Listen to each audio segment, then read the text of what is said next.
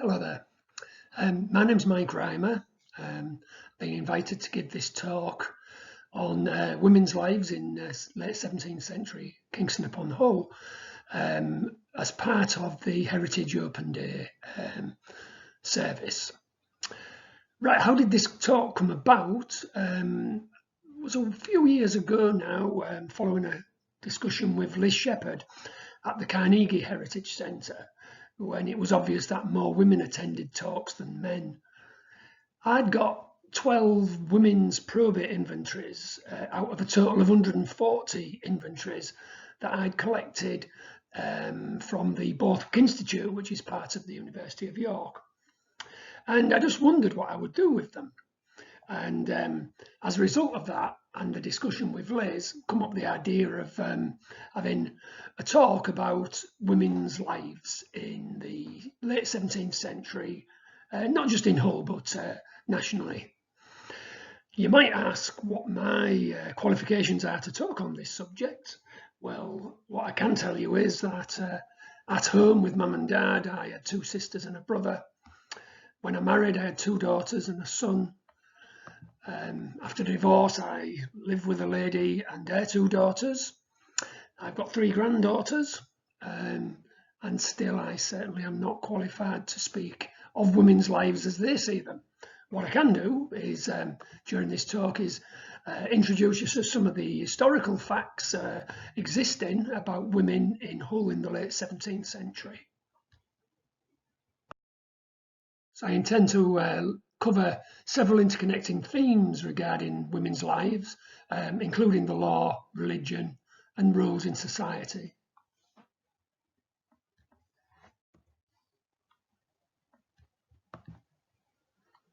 So these are the 4, if you like, stages of a woman's life. We've got spinsterhood, marriage, divorce, and then widowhood.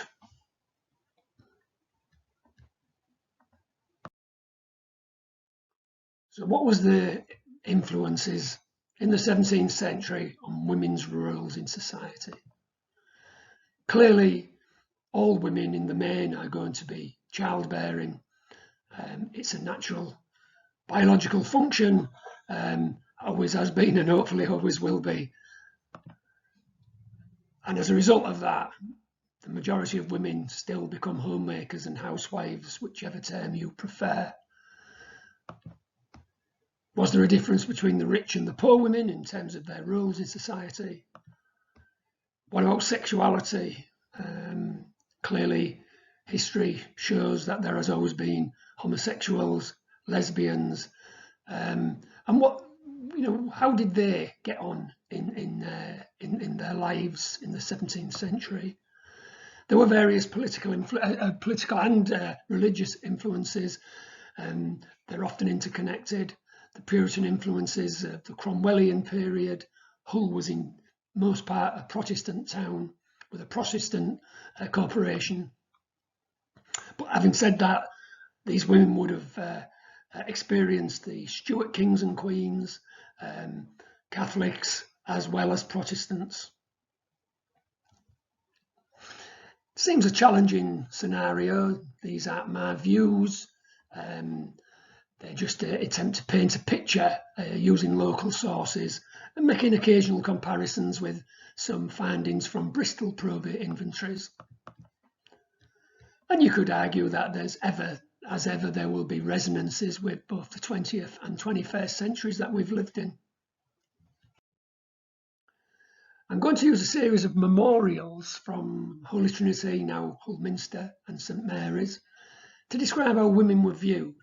These were taken from Ghent's 1735 history of Kingston upon Hull, and you'll see aspects of childbearing, Puritan values and various attributes that they would expect of a woman, starting with Grace Barker. The interesting part is obviously in red, as she was a loving, prudent, virtuous wife, a dutiful daughter, indulgent mother, a kind friend and obliging to all, and she had 9 children. And this gives you an idea of how women were viewed, in that these are the key virtues of a woman and how people felt she should be. So here's another one. These are rich people. Alderman, mayor, and his wife. She was also the daughter of an alderman, as you can see, and it gives an indication of their faith as well. He departed this life in the true faith of Christ, and she died in the faith of Christ.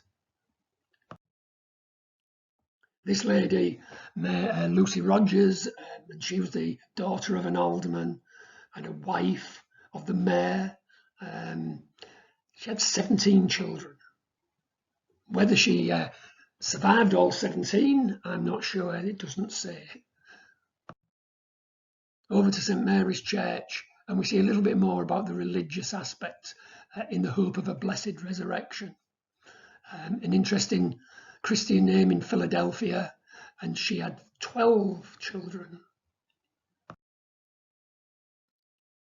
And this is further sort of very wealthy people. This is a Wilberforce connection, but not the whole Wilberforces on this occasion. This is the York Wilberforces, but equally as rich and influential, it seems, as the whole family became.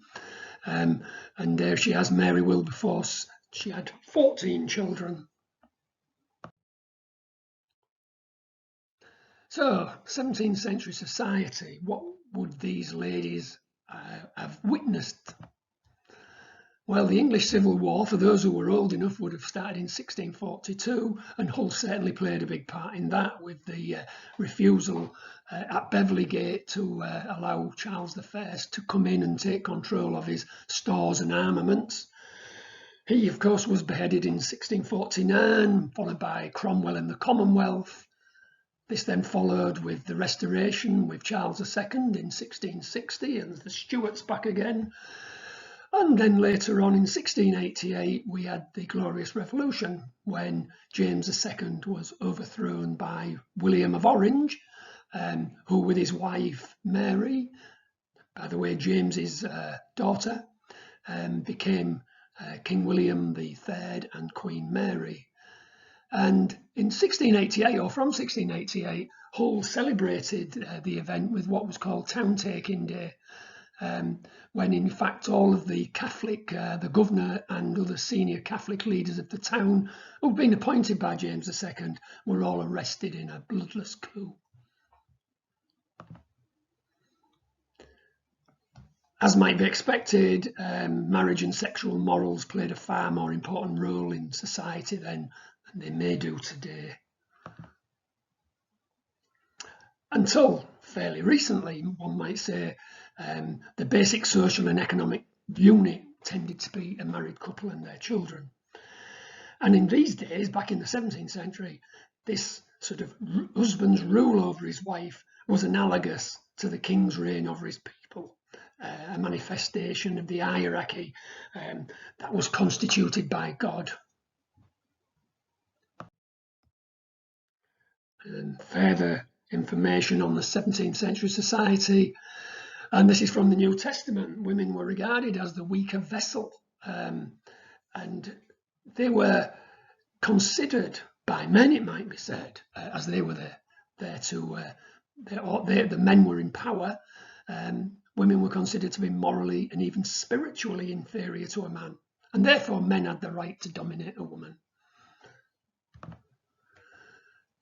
As we've said, society was strongly influenced by Puritan values. Sexual integrity and the status of being married gave women respectability and social prestige. It was very, very difficult for women to make an independent living, and it was fairly obvious you had to secure a decent marriage and be married. It was considered very important.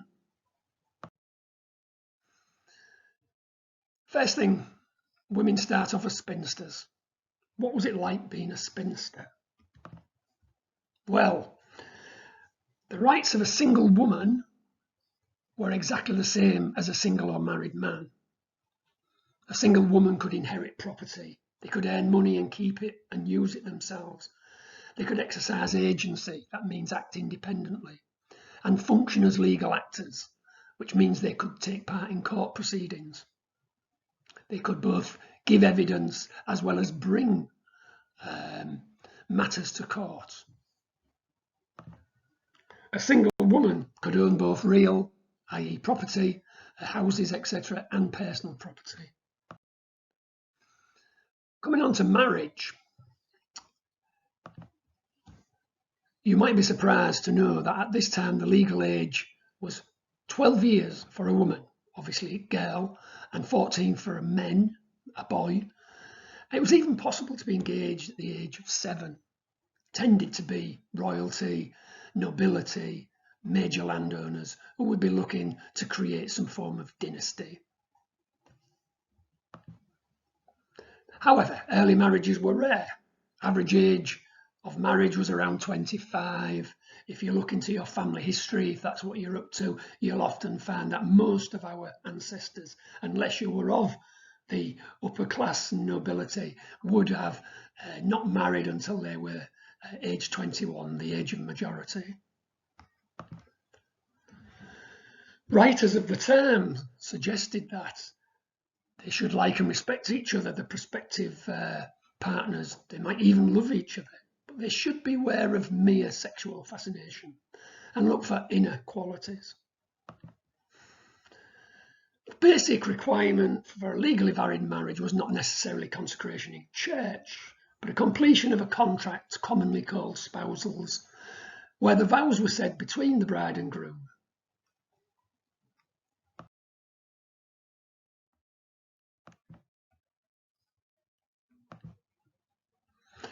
So in the majority of cases, this procedure was accompanied by a church ceremony following the reading of the banns.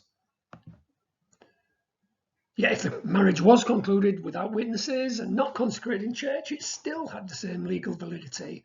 That is until 1753. And in 1753, Lord Hardwicke introduced his Marriage Act that applied to England and Wales, but interestingly not to Scotland.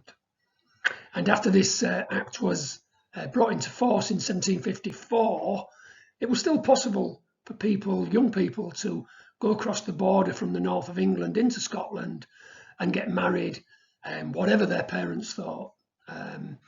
Because if they were in England or Wales and they were under 21, their parents could object to the marriage and put a veto on the union. This seemed to have triggered the traipsing across the border and, if you like, the legend of places like Gretna Green in Dumfriesshire, north of Carlisle. Therefore, it was possible for lovers to marry secretly without the knowledge of their parents, as said, escaping any dynastic scheming of their families. Gradually, the number of arranged marriages was decreasing during the 17th century. It was said that young women should consult their parents regarding choice of husband. This applied especially if property was going to be bestowed from the bride's family into the marriage.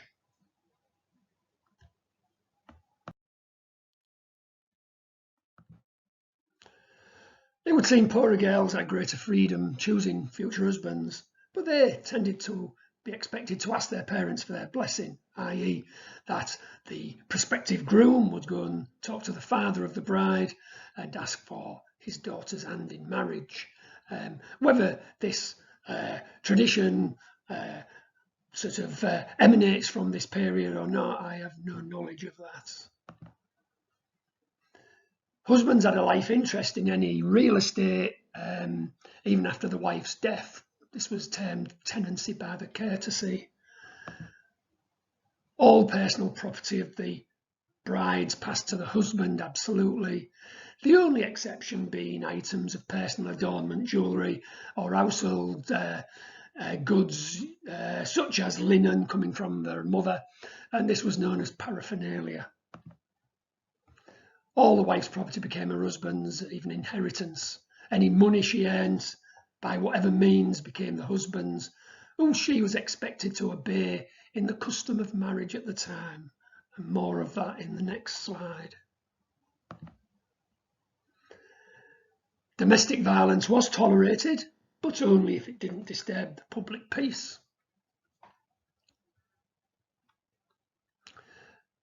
There was an interesting side to that in terms of domestic violence. If it was in reverse and it was the man who was beaten by his wife, he could receive sort of a public humiliation by what was known as riding the stang. Basically, he'd be put on the back of a cart or wagon drawn by horses or oxen, and the villagers or the townspeople would follow as it went through the neighbourhood, playing what was called rough music. No doubt he was pelted with all kinds of rubbish, vegetables and insults on his way. This could also apply to a man, an older man, a widower probably, who'd chosen to take a much younger bride.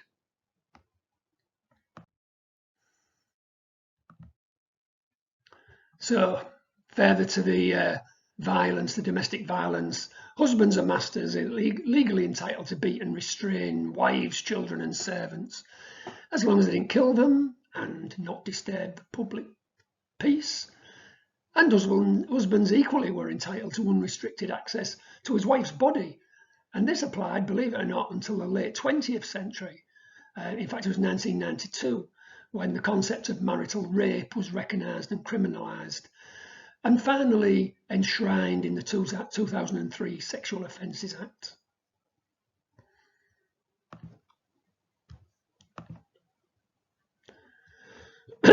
Wives and daughters of tradesmen were allowed to assist. However, as previously said, any earnings they accrued were the property of their husbands or fathers.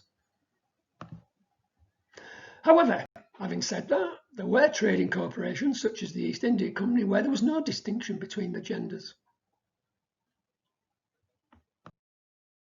So, you've been married, you're not happy, for all kinds of reasons. Could you be divorced? Could a woman attain divorce from her husband? Well, believe it or not, there were three possibilities, though none were the same as our modern concept of divorce.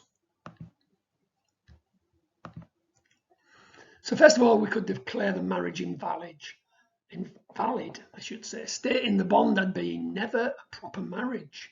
You could prove this by saying it was defective because of the infancy of the couple at spousals. So in other words, that they were younger than was said. So the girl might only be 11 and the boy 13. You could also declare a defective marriage on the grounds of permanent impotence, or in the case of a lady on the grounds of frigidity, or in fact that the couple were relatives, first degree relatives usually, could be sister, brother or first cousins. This would then give both partners an opportunity to remarry, but there was a downside. The wife lost all inheritance rights and any children were proclaimed illegitimate, which seems rather unfair on the children. So moving on to a second possible divorce route. This was called legal separation from bed and table. In the cases of proven adultery or extreme cruelty, separation didn't affect the wife's inheritance rights or the legal status of the children, which is good. The disadvantage was that marriage bond remained undivided and therefore you couldn't remarry again.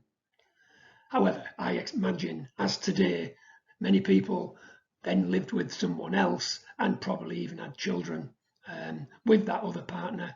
But again, let's not forget the riding of the stang if the local population felt that that was inappropriate. So the third form of divorce in the 17th century, the most difficult one to attain.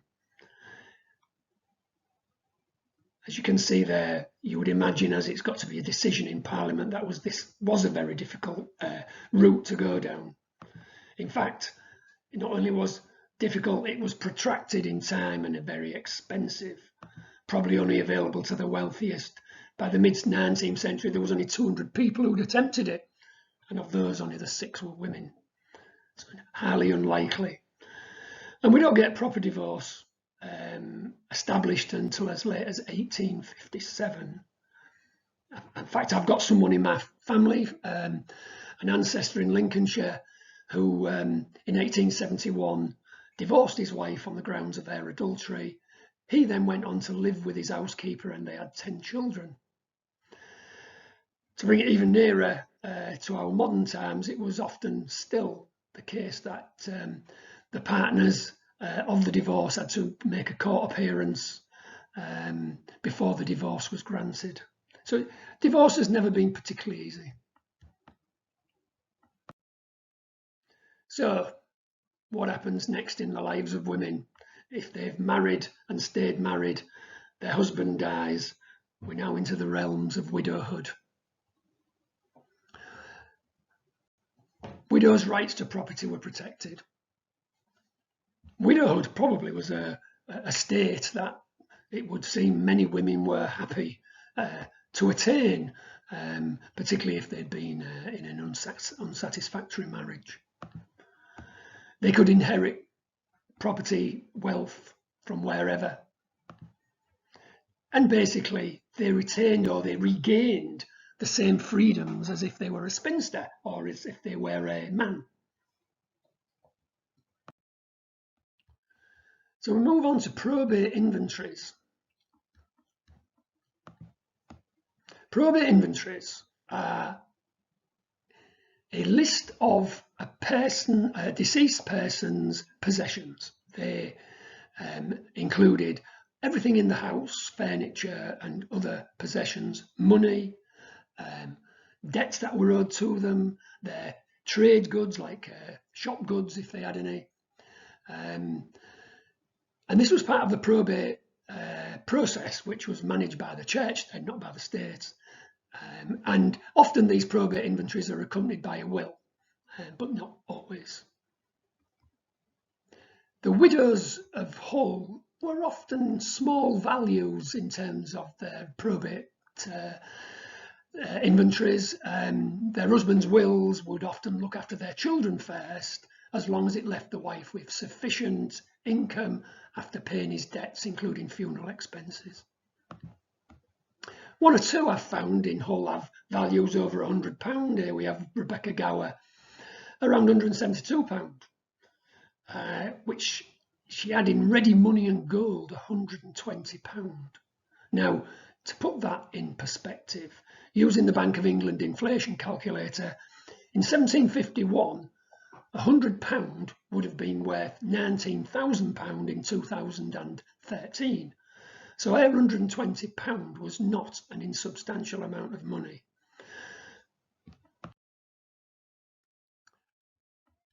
Right, we're moving on to work. And what work could women undertake? We've already mentioned about working in their husbands' establishments and businesses if they had any, and that money was their husbands', anything they earned. So, but what could women do? As we've mentioned before, most were housewives. And that included being the family's doctor, the family's nurse, and the family's apothecary. They would be there to manage all forms of minor illnesses with whatever remedies they had at the time, which were pretty crude, of course. The professions were closed to women at this time. Being a midwife or apothecary was possible. Midwifery was not a regulated profession until into the 18th century. So it was basically any woman who had attended one or two births would suddenly become the expert in that locality. In terms of education, in Hull, of course, Hull Grammar School had been in existence since 1330, but it was only for boys. Hull Trinity House was a boys' school, although the school itself, the Marine School, wasn't officially opened until 1787. Records show that they were supporting the education of local boys in maritime and mathematical studies. Wealthy women, wealthy girls, would no doubt have been educated by governesses, at least in literacy, reading and writing. Many women were brewers, bakers and confectioners. The cloth industry would have employed a number of women, even in these days. Much of it done at home. Domestic service, obviously for wealthier people. Washerwomen, town scavenger and collector of tolls. Now, in terms of the town scavenger, there were several widows who were given this job by the corporation. It could earn them up to £20 a year, and basically they were to get rid of all the rubbish and detritus from the streets that had collected, and it would be tipped over the south end wall onto the Humber Bank or carted away out into the countryside.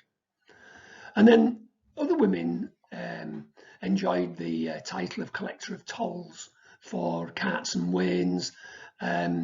This job entailed charging at a rate of 4 old pennies per load every cart or sledge that came into the town with whatever goods it carried. And Widow Herring was one such lady in 1700. She was able, on a number of occasions, to take people who refused to pay the toll to the town court on behalf of the mayor and burgesses in order to make sure that this person paid up. Obviously, selling food on the streets, as in markets, etc., would have been another occupation that women would have been involved with. And lastly, the ever-present prostitution. Some women were no doubt forced into, for various reasons, into that role. So in terms of domestic roles,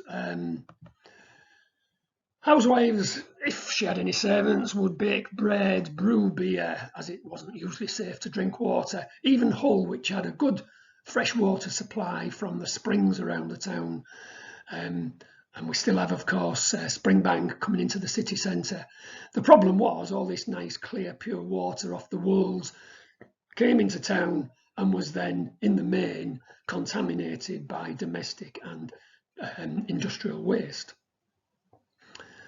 Should also be responsible for making sure that food could be kept by various means of preserving, and clearly we're 100 years and more before refrigeration. And then the question is, what did she do with any excess produce? Well, the previous slide probably explained that for some people, if they had excess produce, they could sell it in the local market as street food.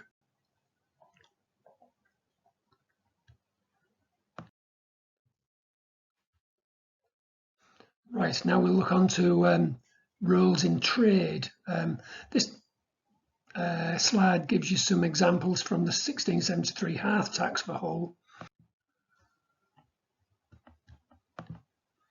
So here we have several ladies who had ovens in their properties. Obviously, strong indication that they were baking their bread. These next two surprisingly had forges, obviously associated with blacksmiths or anchorsmiths. Whether they actually wielded the hammers, we'll never know. And then a series of ladies whose houses had several halves, far more than you'd expect in your average house. The average artisan worker in Hull at this time would have between 2 and 4 halves.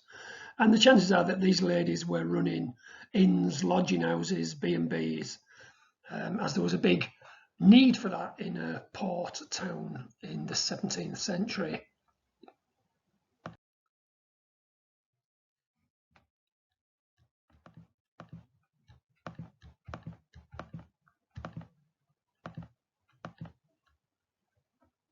Garrets were an indication of 3 stories. They were over the chambers, so the first floor bedrooms. I've left the original spellings from the inventory on this, but the other interesting thing is that this lady's property included a garden house. Now, in Hull at this time, even many of the wealthy families in the big houses didn't actually have a garden.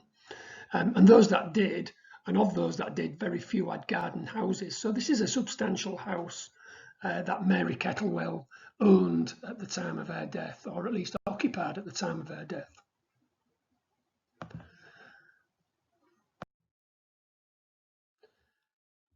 This slide shows the linen that Mary Kettlewell owned at the time of her death. There's a series of cloths here that might be unfamiliar with people these days.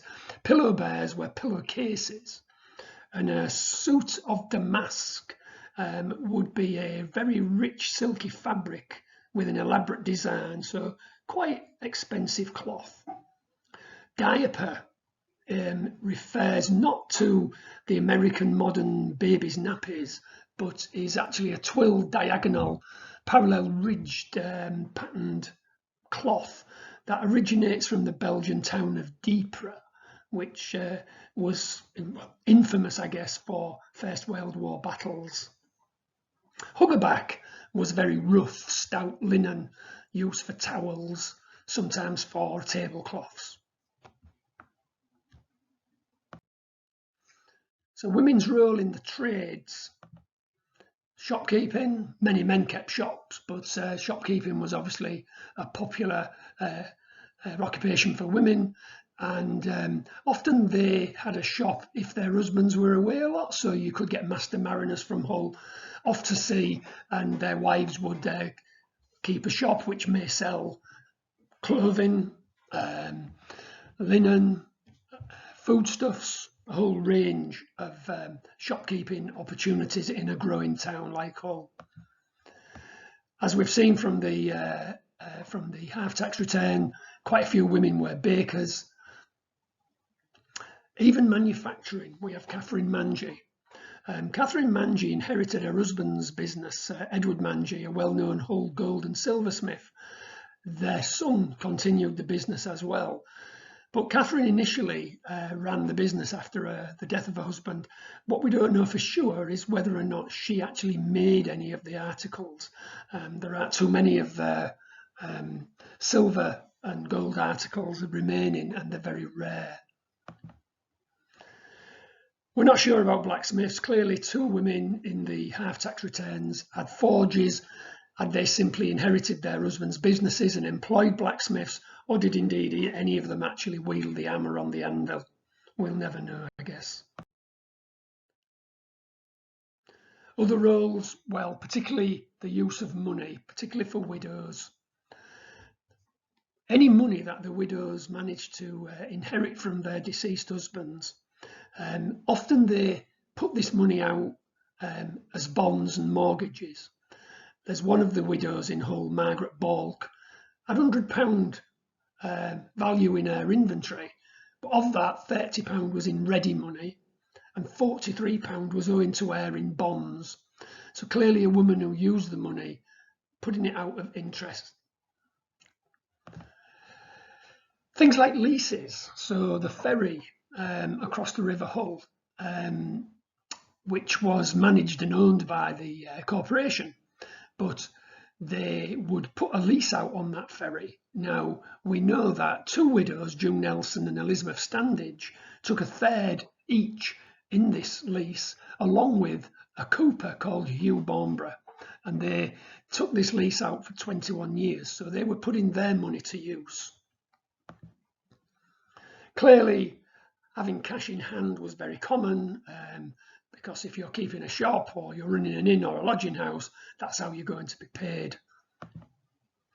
And then we have things called tokens. These were printed or coined by businesses, and it was a way of getting people to reinvest in their business. So if an innkeeper, such as Margaret Abbott, gave someone a halfpenny token, that would only be spent at the 3 Crowns Inn in Marketplace. And we saw Margaret Abbott in an earlier slide with her 5 halves in the half-tax return.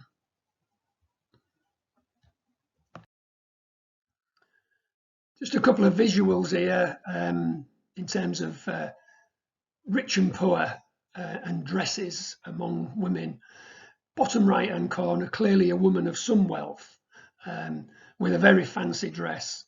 The background is obviously a wealthy background as well. You could imagine in modern sense that this is a designer dress, maybe bought at Harrods or directly from the designer. On the top right, we've got the opposite end of the social spectrum. One of the poorer women of the society in 17th century, with a child wrapped in a fairly threadbare shawl. There are other women there doing menial work that you can see. This was the poorer end of society. The majority of women in Hull, however, would have been in the middle bracket, and here you have a very well dressed but very plain, puritanical looking lady. Hull was a Protestant town, so this is a sort of dress you would imagine seen on the streets. This looks like a well-made dress, and you could imagine that depending on your wealth, you would be buying either at the Primark end or the Debenhams end in terms of the quality of the fabric that was used for these dresses. The last slide is just a reflection really on my part. Despite what I've said so far in this talk, I would like to reflect that who was and still is in charge and leave it with you to decide. Thank you very much.